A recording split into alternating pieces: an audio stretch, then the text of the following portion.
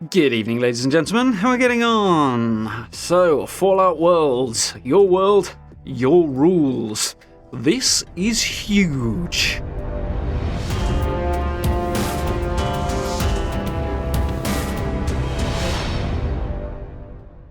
So, Bethesda decided to drop very late on us last night a absolutely massive bombshell regarding the next update, and it looks immense and very, very cool and has huge amounts of potential. So I am very, very excited to get into this and get talking about it, albeit a few hours late, being as I was in bed by the time they dropped the news. But so let's have a look at this thing. Fallout Worlds on the PTS. So we've known for a while that this was coming. It was announced in the roadmap at the beginning of the year that they were doing something with private worlds and stuff. But they haven't shared any details until about a week ago when they said there was news coming. Dropping it on a Tuesday night at the time they did is weird, but you know, what can we do? So today we're going to take a look at the PTS patch notes for this. So obviously with them being PTS patch notes, potential for change. However, these are quite generalised patch notes as patch notes go, so most changes that might come will be more nuanced than is captured here, so I suspect what we're going to cover here is probably going to stay the same, but just an FYI. So, rambling aside, let's get on to this. Fallout Worlds PTS features an update log. So this is huge. Private worlds have had their opportunity to be something amazing for a long time, and they've been a foundation that could be built on for that for a long time, and Bethesda are now doing that, which is really cool. So, Fallout Worlds. The update we announced earlier today is now available on the PTS server. If you want to join us for some playtesting, share your feedback and bug reports on the Bethesda Game Studios Discord server. So you can find that over on Bethesda.net, and I'll try and link the Discord server down below for anybody who hasn't found that either. But read on to catch descriptions of the features and improvements. So yes, I'm going to say right now, very exciting for players who do not have Fallout First as well. Slightly less exciting, kind of inevitable, but still exciting. So, Fallout Worlds. With this update for Fallout 76, we're introducing Fallout Worlds, which offers players the ability to experience the game in unique new ways with two new game modes, Public Worlds and Custom Worlds. These are both separate from the existing Adventure mode, by the way, but we'll get to that. So, Public Worlds. The two types, in a nutshell, are Public Worlds, which are Bethesda-designed and curated worlds with unique rules. So, it's like Adventure mode, but different. So they're basically having, anybody can get into these public versions of the worlds, and they'll have unique rules that will change once a month, and you'll get a unique experience from playing here as opposed to adventure mode, and that will change, as I say, every month. That's open to everybody. Custom worlds are the new iteration of the private worlds that are available to Fallout First players, which are similar to public worlds in the sense that you can change the rules yourself and set them up your own way. So it's giving you the option to do what Bethesda are doing, in a sense, with the public worlds. But public worlds are available for everybody first. New Public Worlds mode will help you shake up your normal gameplay by offering special worlds that have pre-selected group of Fallout World settings enabled in order to fit a theme. All players can join Public Worlds and dive into an Appalachia that is wildly different from Adventure mode. One Public World will be available to players at a time. Public World themes will rotate weekly in the PTS and monthly in the live version of the game, when they go live in September, so that you will regularly have fresh experiences to try out. So this will be very cool for players who don't have Fallout First, and even for streamers who don't as well. For somebody who streams the game a lot like I do, this is really interesting because, as it is, things can get a tiny bit repetitive. Either you're focused on the seasons or just grinding out basically the same set of events and things like that over and over. This way you'll be able to do it with a totally different tone and style, and it will change regularly. So even if you haven't got Fallout First, you've got this option for something that is very much more interesting to do and changes regularly as well. And as a streamer, obviously that allows you to quite naturally spice up what you're doing on the stream. So that's going to be very, very cool for any streamers who dive into this, irrespective of whether or not they have Fallout First. So here are some of the public world themes you can expect to see in the server. So these are some of the concepts for worlds that will be available to everybody. Happy Builder, no camp placement restrictions, relaxed building restrictions, all map locations discovered and PvP disabled. This will include things like increased building height, more budget, some of the things that you can't generally do, like certain things that the game won't allow you to stack on each other, you'll be able to do that. It's kind of like what exists in shelters, but everywhere. When you're in the Happy Builder version of the world anyway. And as I say, these will only be around for a month, so things do change. So, the Dweller Must Die world. Reduced damage dealt by players, increased damage received by players, greatly increased enemy difficulty, and dark bog weather effects. So, I'm guessing the dark bog weather effect will be somewhat similar to the Mire at Night, I'm guessing. My head immediately went to a kind of purple vibe, and I don't know why, but that would be cool. But we'll wait and see. I'm guessing closer to the Mire is more likely that kind of blue look. That's basically a much harder version of the game for those who are into that and want a more challenging combat experience. So that'll be very, very cool. I'm looking forward to trying that out, definitely.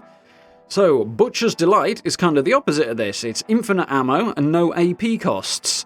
And enhanced dismemberment. So much easier combat in short, because, yeah, in fact you won't need to worry about your AP, you'll be able to run a lot more, you'll be able to not have to worry about your ammo. It'll make combat easier, but that'll be fun for just general slayage, I should imagine, so that'll be cool. Quantum World is an interesting idea, interesting title as well. Max jump height, no fall damage, nuked creatures and flora. So for this one, you'll be jumping all over the place like, I'd say a marsupial, but I suspect it's going to be even more than that. And no fall damage is going to be good as well. You can just run wherever you like, jump off a cliff, and you'll be good to go, as if you were in power armor. So that's cool. And it'll have quantum storm weather. So I'm guessing that's going to be somewhat similar to nuke zones, maybe a little bit different, we'll see. Only it'll be over the whole map, hopefully not quite as intense on the radiation, but who knows, maybe it will be intense radiation everywhere. It'll, that wouldn't terribly surprise me. But we'll have to wait and see, it could be quite interesting. We'll be able to check that out on the PTS as time goes on, and I'll jump in and give you little previews of these worlds in the coming weeks as they come up, I think. So it'll give me something to focus on, so you can actually check out these pre-made Bethesda worlds on a regular basis. I definitely want to do that. And High Risk is a PvP world. So no fast travel, always on PvP, and players drop additional loot on death. So in short, I think this is going to be somewhat like a replacement for Nuclear Winter.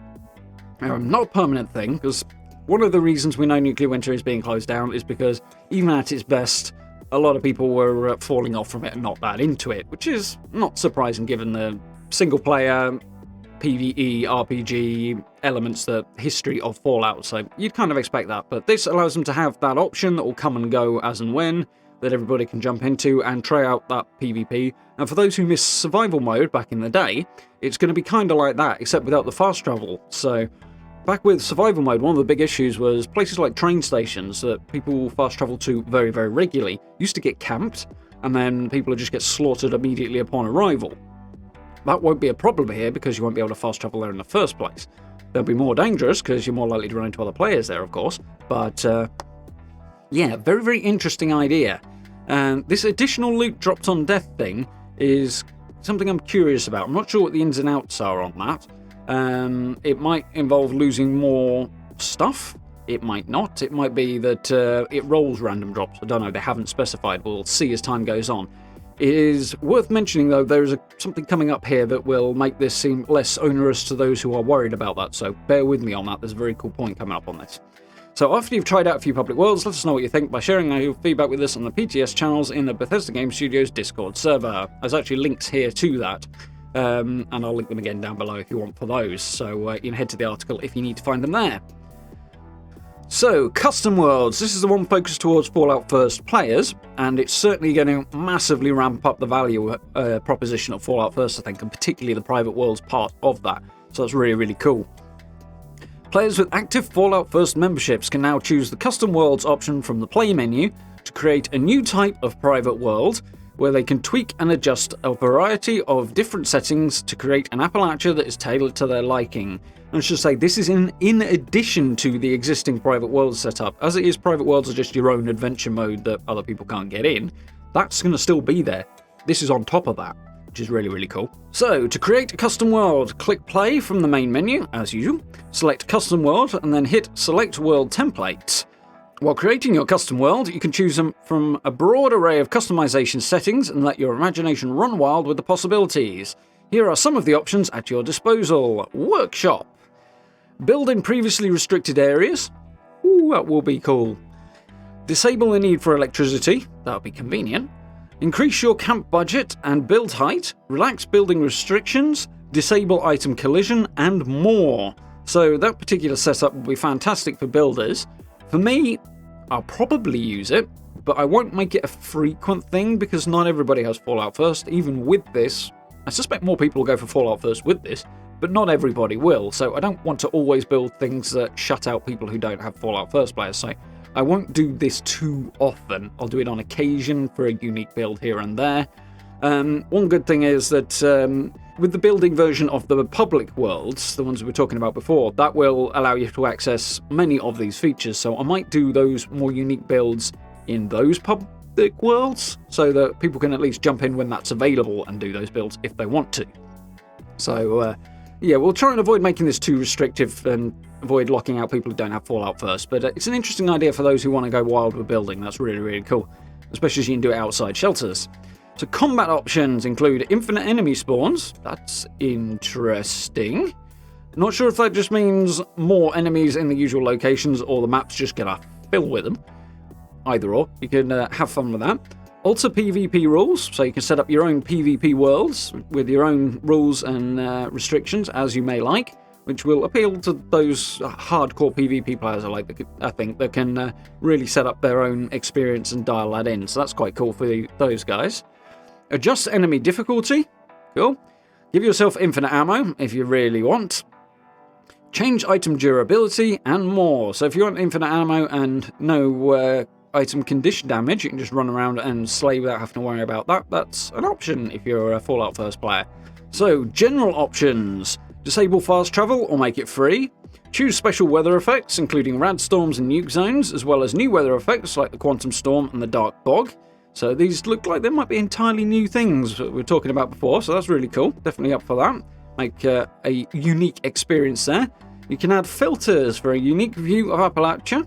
So much like photo mode filters, but they'll be on all the time when you're running around. If you want to make the game look really weird, don't think I'd want to do that. I might toy with it, but I can't see it being a regular thing for me. Adjust jump height. So, okay, fair enough. You want to jump entire cliffs? Why not? That'll be a bit ridiculous, but private worlds are a really good place for that sort of shenanigans, shall we say. It doesn't impact other people's game experience, but yet you can go crazy and jump around like a crazy person to your heart's content. So everybody gets the best of both worlds there, which I like. You can adjust the fall damage and change the consequences on death. So right now, obviously, you only drop your junk that you've got on you. You'll be able to remove that option if you want, so you drop nothing, which is tempting for just strolling around your private world, I have to admit, just for convenience.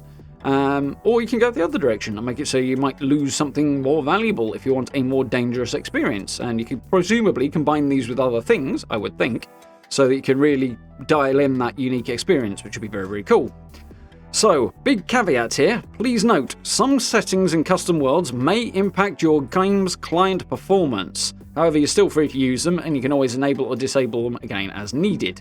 So, points of this would be things like the infinite enemy spawns. If you absolutely pack every square inch of the map with enemies, interesting experience, but you're probably going to crash your game. You can do it, that's up to you, but it'll probably crash your game, which is kind of to be expected. If you've ever modded Skyrim, you know sometimes when you crank the actors, which can include things like the birds flying around, too high, the game starts crashing all over the place. The same thing will be true of Fallout, and it will be true of any game that let you do this. Sooner or later, you're going to hit a threshold the game can't handle anymore. That's a good example of that. The other thing is like the reason for the camp building restrictions that we have, or some of them at least, in terms of the size of the budget and the amount of building you can actually do, is because when 20 people start building like crazy, it drags down server performance.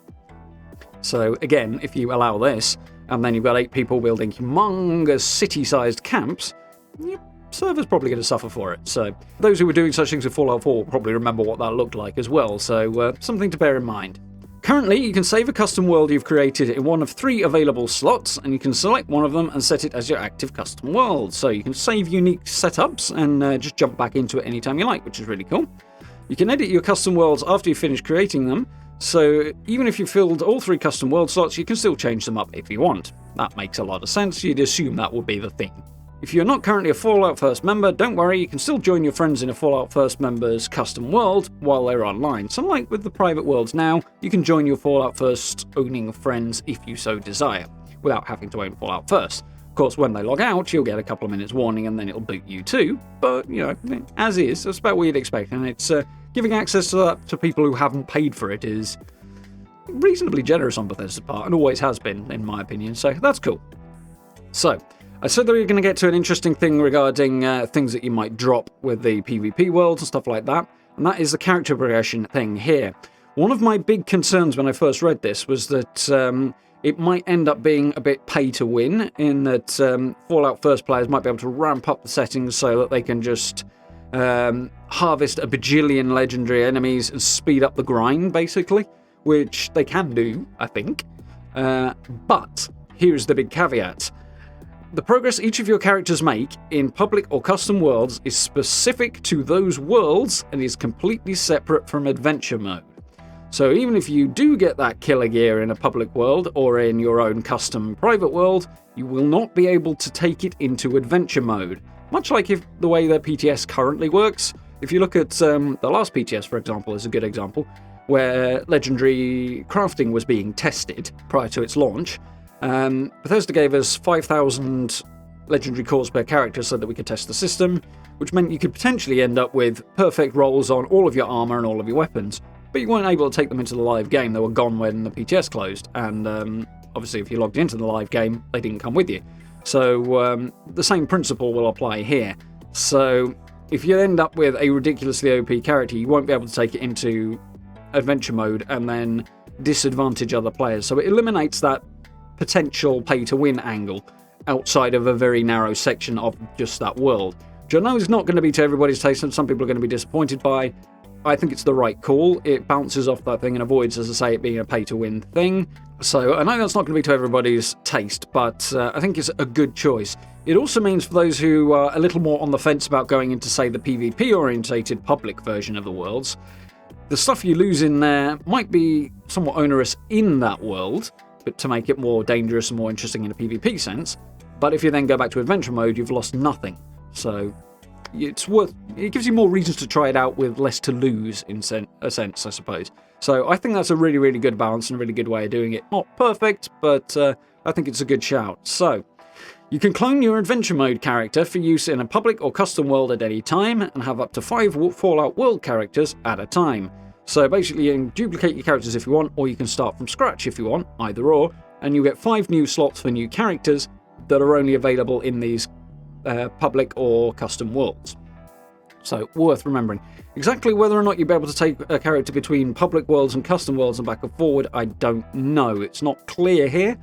Either or would kind of make sense, given that custom worlds could potentially push things to a point where a character could become very, very powerful very, very easily, or a lot more easily anyway. Maybe custom worlds and public worlds will be separate. We'll have to wait until I'm able to jump in and test it out, but that's interesting. Either way, for those who are worried about the pay-to-win potential angle, it's not going to be an issue because of this focused one-world setup with your character progression, so that is what it is. Your character progress in a public world will remain available as long as that public world is available to play. So that does make it sound like each month you might have to start your character over for public worlds, which I have some mixed feelings on. You'll be able to clone your adventure mode character across each time, so effectively you can play with that character in different settings, so that's fine. It does kind of limit your potential progression, I suppose, in some ways, in that given experience, but I think it's probably the best balance they're going to strike for now in terms of not spoiling the adventure mode experience for players who prefer to play that way. Interesting. Gonna have to give this some more thought, I think, and see how I feel about it. I'll actually try it out and see what we reckon. So, that is the Fallout World stuff that is very, very cool and very, very interesting. But this update will also bring with it a new expansion to Daily Ops. So, let's take a little look at that in slightly swifter fashion. So, the Daily Ops expansion. We knew this one was coming as well. It was also on the roadmap, but we had a Daily Ops expansion a couple of months ago with not the Steel Rain update, the one before, that brought in new things. New enemy types, new locations, all that good stuff. And we've got another one coming that's going to expand what's going on there. So, our latest expansion for Daily Ops brings a new weekend event that amps up the challenge but offers increased rewards. Read on for a brief overview of everything in this expansion. So, weekend events focused on Daily Ops cool. It will make them more dangerous, but also give you better rewards for it, which is cool. So, these are called Double Mutation Weekend Events. And yeah, pretty much what it sounds like. During Double Mutation events, Daily Ops will be randomized each day, with enemies who have one of 8 unique combinations of 2 different mutations. So, as it currently is, you'll have a base mutation for decryption and a base mutation for uplink, and then an additional mutation on the top of it that is randomized. This time, instead of that randomized single mutation, you'll get one of 8 sets of 2. So, making them considerably more dangerous and challenging. The Double Mutation Weekend events will typically run every other weekend. That's cool. Going to be a regular thing, so you can jump in and take advantage of this every other weekend if you want. And they will run from Thursday to Monday, starting and ending at the normal Daily Ops reset time. So I think that's 5 PM, possibly 6 PM. It's a bit vague on that one. But anyway, 12 or 1 Eastern time.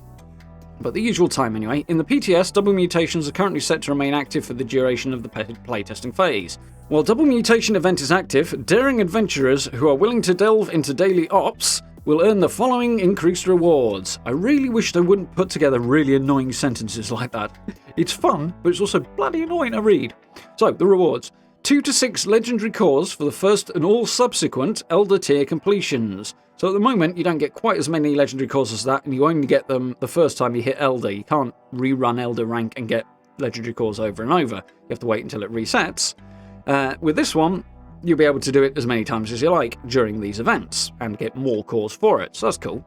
You'll get double XP during Daily Ops playthrough, so presumably that's both at the end where you get an XP grant, and off every enemy you kill as well, which is cool. So, opportunity to grind out some extra XP, which is cool. And you'll get double the in-game currency rewards from every Daily Ops playthrough. So, extra cash, extra script, extra bullion, that's cool. The double XP, I wonder if that means... I suspect it also means you'll be able to pile lunchboxes on top, because you usually can in the base game when they have double XP running, so you could really crank your XP up. It'll make completing those daily level ups that much easier if you want to go down that rate. So that's cool for the seasons.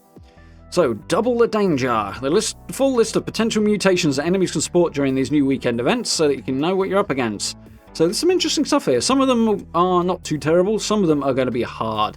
But let's have a look. So, Blistering Cold. Blistering enemies will have the freezing touch and swift-footed mutations. So they will freeze you and they'll run rings around you. That's going to be annoying, particularly if you've got... if you're a free aiming automatic weapon user, because freezing touch and swift-footed are both annoying for that.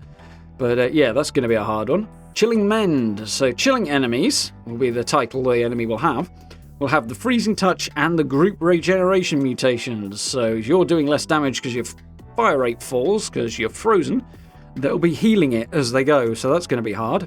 Clouded enemies have the active camouflage and toxic blood mutations. That's not going to be too bad. Relentless enemies will have resilient and group regeneration mutations. Now that is going to be hard. A lot of people, myself included, tend to finish off resilient enemies with a stock bash of their gun. If you're doing that, they might heal if they're clustered in a group before you can do that bash, and those bashes don't do very much damage.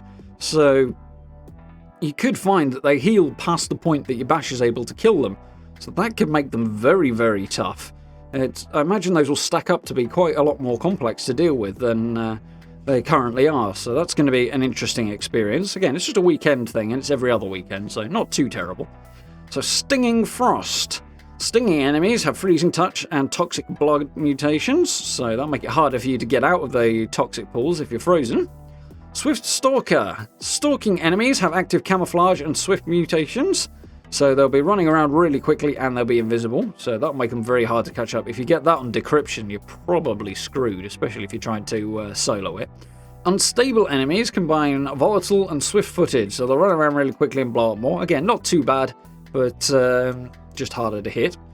And vaporous enemies have volatile and active camouflage mutations, so they'll explode and be difficult to see. So again, that one's not too bad either. So yeah, some of these aren't too bad, some of them will be a lot harder, I think.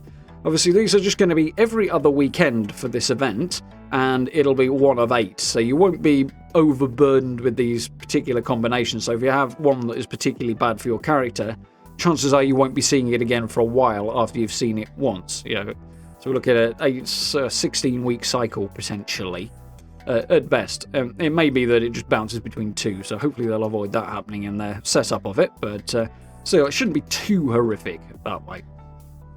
We're also adding new enemies, which is cool. We always like to see new enemies coming to Daily Ops to add a little bit of variety. Just the one this time, and that's communists. So I'm guessing that's going to include liberators, but in part of the Wastelanders update, there are communists hidden in that update somewhere. I'm not going to spoil it for those who have perhaps gone down that road, but I'm guessing those guys will be popping up as a Daily Ops enemy, which is a cool idea. That would work well. Looking forward to trying that out. So there'll be a somewhat human-type enemy, possibly backed up by liberators, I suspect, there, which should be fun, and they'll be added to the randomized pool of enemy groups you can encounter. And we have some new locations for Daily Ops, which is the Arctos Pharma Biome Lab, Watoga High School, and the Uncanny Caverns, all of which have been added to the randomized pool. So, Uncanny Caverns, that's cool, doesn't get used a vast amount. The Steel Rain updates improved that a little bit, but that's cool, definitely happy to have that. Watoga High School, again, not massively interesting. Both of these are reasonably compact locations, so those shouldn't be too bad as locations. Not massively new or interesting to me personally. I mean, others may disagree, but it's cool. There's more options.